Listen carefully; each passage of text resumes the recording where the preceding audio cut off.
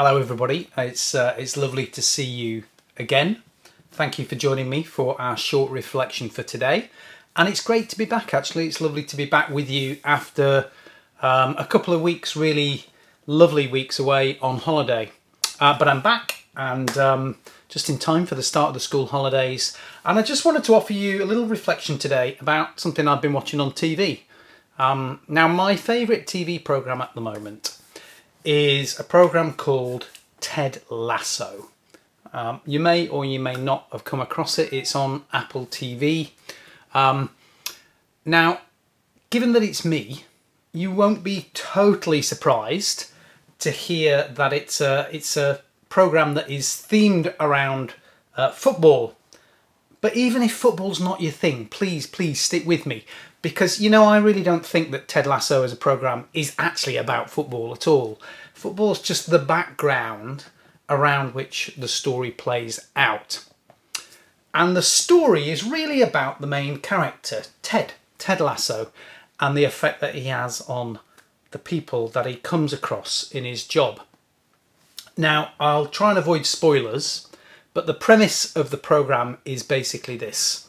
Ted is an American sports coach who knows absolutely nothing about football. And he is appointed as the manager of an English Premier League football club. Now, the background to this is that the owner of the Premiership club has their own particular reasons for wanting the club to do disastrously badly. And so they deliberately appoint Ted and then set about trying to do everything that they can to undermine him and ensure that he will fail, and in the process make sure that the club fails.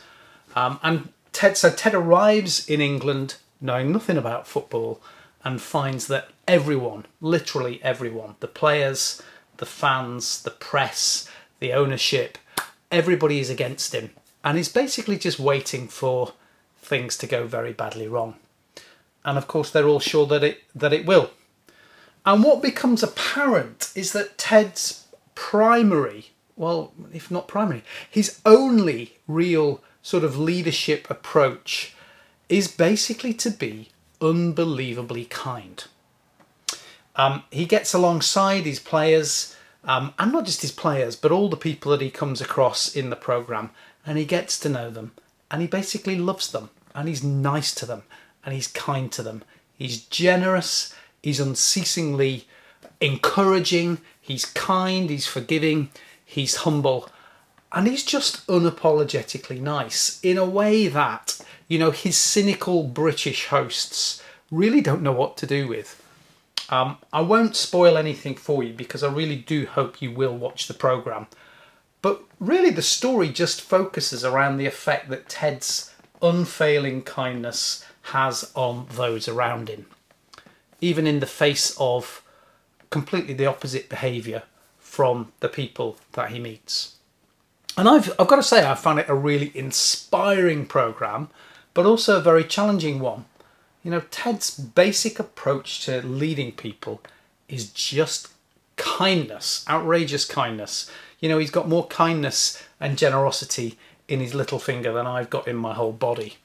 And it really got me thinking about the value of kindness.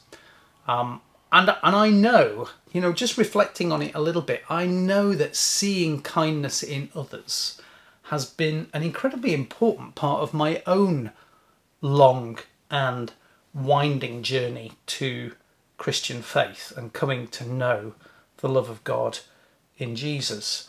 The very first thing that attracted me to find out a little bit more about Jesus wasn't any sort of clever preaching or fancy preaching or clever evangelism. It was coming across a group of Christians who seemed to have something very different and who just consistently showed me amazing kindness. And that was really important. That was a really important part of my journey, really. Now, in St. Paul's letters to the churches that he led and that he nurtured and that he loved, letters that we find preserved in the Bible, he talks quite a bit about kindness actually in a number of his letters.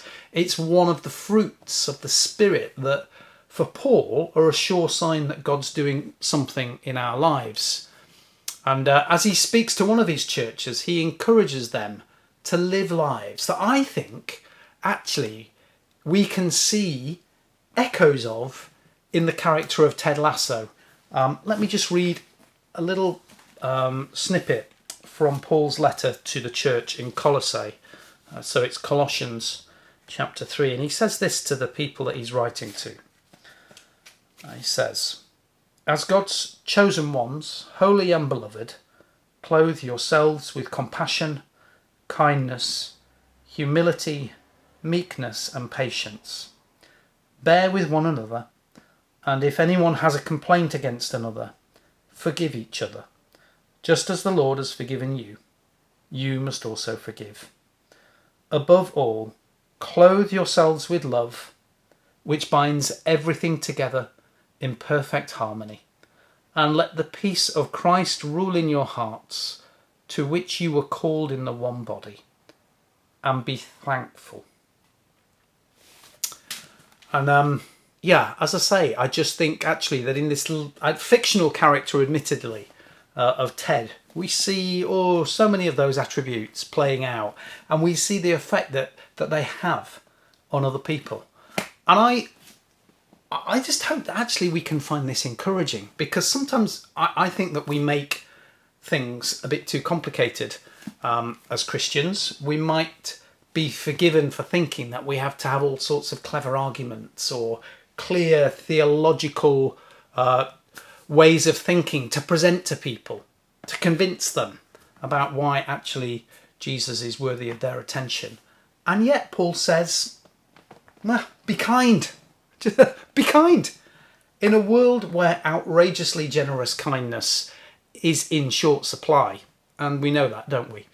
A little bit of kindness can be a remarkably attractive thing for people who otherwise might not be very interested in what you've got to say.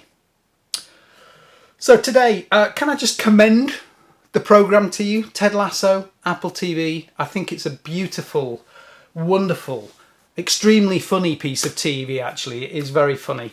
And I think that the rather wonderful character of Ted can illuminate much of the sort of Christian life that St. Paul was trying to encourage us to see and to see in our lives. Let me know.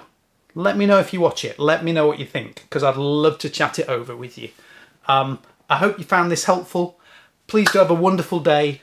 Bless you. And I look forward to seeing you really soon. Bye-bye.